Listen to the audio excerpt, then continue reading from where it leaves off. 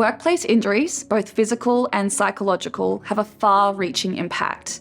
They impact not only business and productivity, but our people, their loved ones, and our communities by extension, which is why the workplace has such an important role to play in creating safe and healthy environments where injuries are prevented from happening.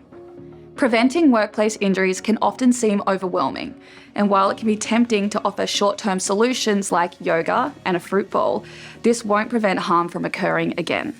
The best approach is to look at the working environment as a whole and ask what or who has the potential to cause a problem to someone's health and safety, and then take steps to fix that problem by eliminating the chance of it happening altogether. This approach has the greatest benefit for the most amount of people long term and creates robust and resilient workplaces in the process. You'll probably hear and see this term described as a risk management process. As the name suggests, it's about managing risk, specifically the risk of an employee becoming injured. And while it sounds technical, the process is more straightforward than you might think. In fact, it becomes a 4-step loop for continuous improvement in the workplace. Central to this process is consultation with employees.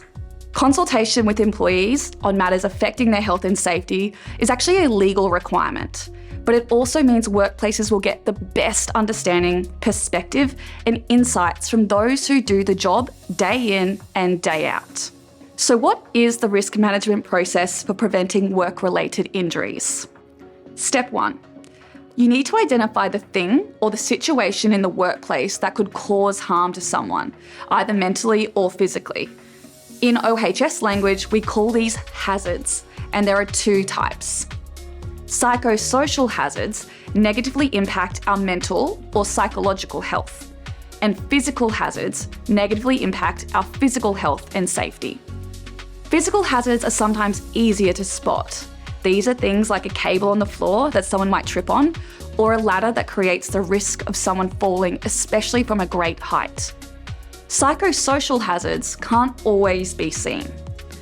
There's a list of common psychosocial hazards, and some of these may feel more obvious than others, like verbal abuse from customers, poor workplace relationships between colleagues, or excessive and prolonged job demands. Some others might feel unfamiliar to you, which is why familiarising yourself with this list will help you to identify the causes of poor mental health in your workplace and to inform the next steps. Once you've identified the source of the problem, being the hazard, the next step is to consider how likely is it that harm might actually occur as a result. This is called a risk assessment, and it will help you prioritise where to put your efforts. To do this, ask yourself, how likely is it that someone would actually become injured? How serious would it be? And is someone more likely to be at risk than another? You should also think about whether multiple hazards are working together to make the situation or risk of harm more likely. Once you've identified the most urgent issues to address, the next step is to resolve them by putting measures in place. This list could be endless, but it's really just about taking action so far as reasonably practicable to manage the risk.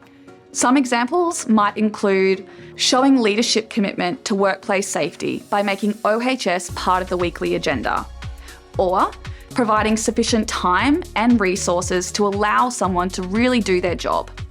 It could be by providing inductions and opportunities for training, or by encouraging reporting and recording of incidents. It could even be developing a workplace policy. The action you take will depend on the type and the seriousness of the hazard and the environment in which you work. For example, tradies could be encouraged to take regular breaks. The expectations for bar staff could be that they never work alone late at night. Or call centres could encourage and enforce a strict zero tolerance to customer abuse. And while the goal is to totally remove the problem by addressing it at the root cause, we know that's not always possible. Lastly, it's important to check to see if the workplace safety measures introduced are working by seeking regular feedback and incorporating regular reviews. Reviews should be conducted periodically when there has been a significant change to workplace practices or after a near miss or incident. By sharing the outcomes of these reviews, as well as suggestions and recommendations for improvements, you can keep the conversation going. This will continue to build trust and cooperation between employees and employers.